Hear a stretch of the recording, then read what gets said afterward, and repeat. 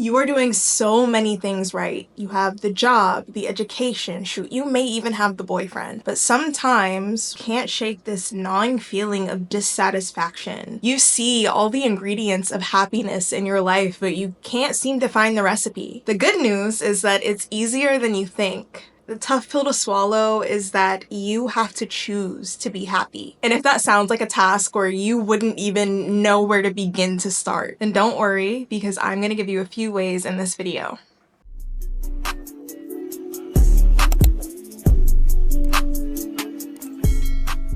Hello friends, welcome back. If you're new here, my name is Imani, and today I'm going to teach you how to choose happiness. I'm going to give you both mindset and more feely advice, but you know me, we gotta start up here, okay? And we choose happiness in our brains by tuning in to the internal monologue. And I think with this, I can honestly show you a bit better than I can tell you. So the next clip that you'll see is me going in for a blood work appointment. If you want the tea on why I was doing that, I'm happy to share. But what you need to know is that I was really nervous for this appointment. I do not like needles. I do not like things going inside. Pause. I don't. Okay. What you need to know is that I was nervous. I knew that I had to follow through on my appointment, but I was really dealing with some nerves and some feelings. So just watch how I talk myself through that. Okay, you guys, I'm here. I am nervous. I'm not gonna lie, I'm so nervous. Obviously, I'm here. I paid my money for the test. I'm gonna do it. And I just hope the environment is like relaxing, chill. Typically, when people pay for something, they tend to respect it a little bit more. So I hope that happens here. Another plus is I always have to pee when I'm nervous, but this time it works out for my favor because they're taking a urine sample too. So I'm all ready to go.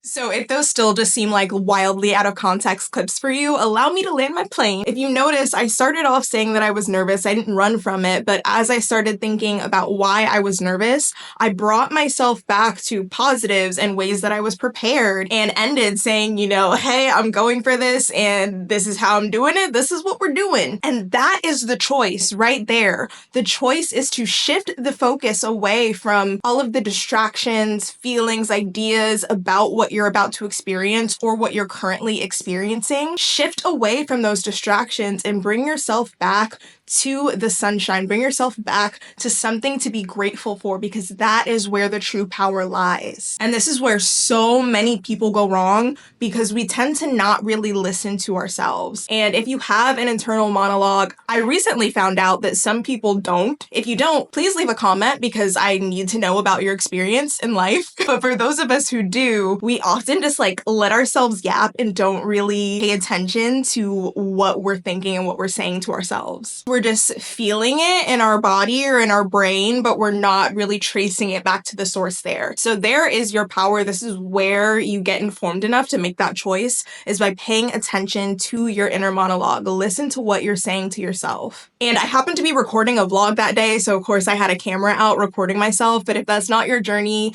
maybe like sometimes I whisper my thoughts to myself, say it out loud, or just, you know, use your noggin. I've done that too. Steer it back. If it's lying on you, steer it back. Now, speaking of feelings kind of taking over our bodies and warbling our minds and thoughts, another way to choose happiness is to stay in the moment. And this really comes down to 1, mindfulness, and 2, grounding. There's some saying or like a quote, I forget where I saw it, but it basically said that depression drags you into the past and anxiety warbles your mind about the future. And I think that that's so true, because usually mindfulness is that neutral space. It's that space where you're not worried about the past, you're not worried about the future, you're in the moment. And that is so key. So often when we're in these moments of high emotion, we don't even realize we're in them until we're out of them. Those are those moments where you look back and you're like, what was I thinking? Because you weren't, friend. You weren't thinking. You were thinking you wouldn't have sent that text. If you were thinking, you wouldn't have gone to that man's house. I digress. We're often so caught up in feelings that we don't even contemplate our actions. We can't logically process them. So that choice holds so much power, to be able to just stop and fully recognize where you are. So when I'm feeling overwhelmed, thinking about things that need to get done, what's on my plate for next week, what I'm doing later tonight, stop for a moment and ground. I love watching like the gentle parenting and Montessori kids. They'll get upset and the mom is just like, hey, let's breathe. Then you watch this toddler become a completely different person. We can do that too. We can do that too. So much of being a flourishing person, especially as an adult, is learning how to parent yourself. Be your own mommy. So when I need to be mommy and calm my little human down, I'll stop for a moment and ground. Grounding can be done in a handful of different ways, but some of my favorite techniques are to just stop for a moment, breathe in and out for 6 deep breaths. Science tells us that we only need 6 to reset our nervous system. And walk with me, but another way that I'll do this is to literally say where I am, what time it is, who I am, and very basic things to kind of draw myself back in. So for example, my name is Imani. It is January 5th, 4:54 p.m. I am in my home, and then I start to identify things like I'm recording a video for my YouTube channel. I have the day off today. It really starts to bring me back into like, hey, everything's okay. You're fine. I promise you, you're fine. You're fine. And for a mental check-in as well, I'll walk myself through like a few questions to bring awareness to my body and bring awareness to what I'm feeling. And these check-ins are so simple, but so effective. If you just stop for a moment and ask yourself, how is my body right now? How's my posture?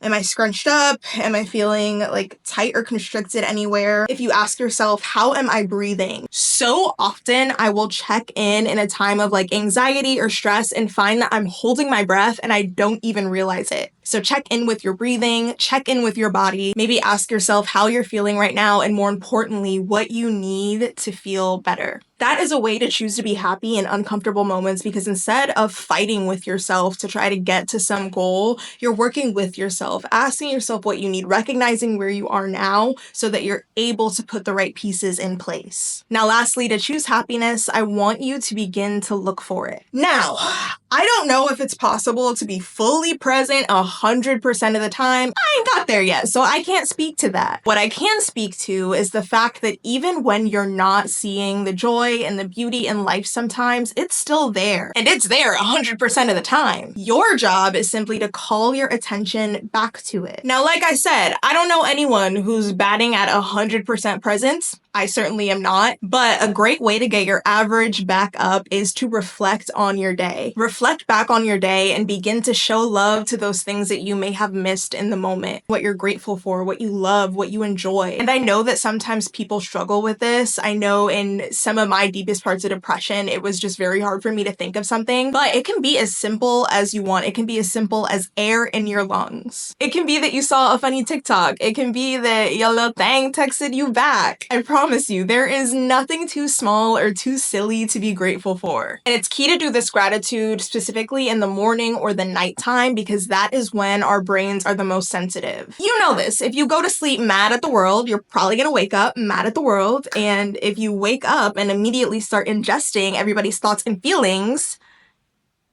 no wonder you're feeling so conflicted inside. You started your day with 100 people's opinions. Like, I've noticed that if I wake up and immediately scroll on social media, sometimes I feel tired after having not done anything. That's because I've been doing what everybody else has been doing. Anyway, this is not as time consuming as people make you think it is. Like 5 minutes of your day in the morning just to be good vibes only, just for a little bit, can change your entire day. You don't have to sit in meditation for hours like a monk. Just fix your face. Just smile.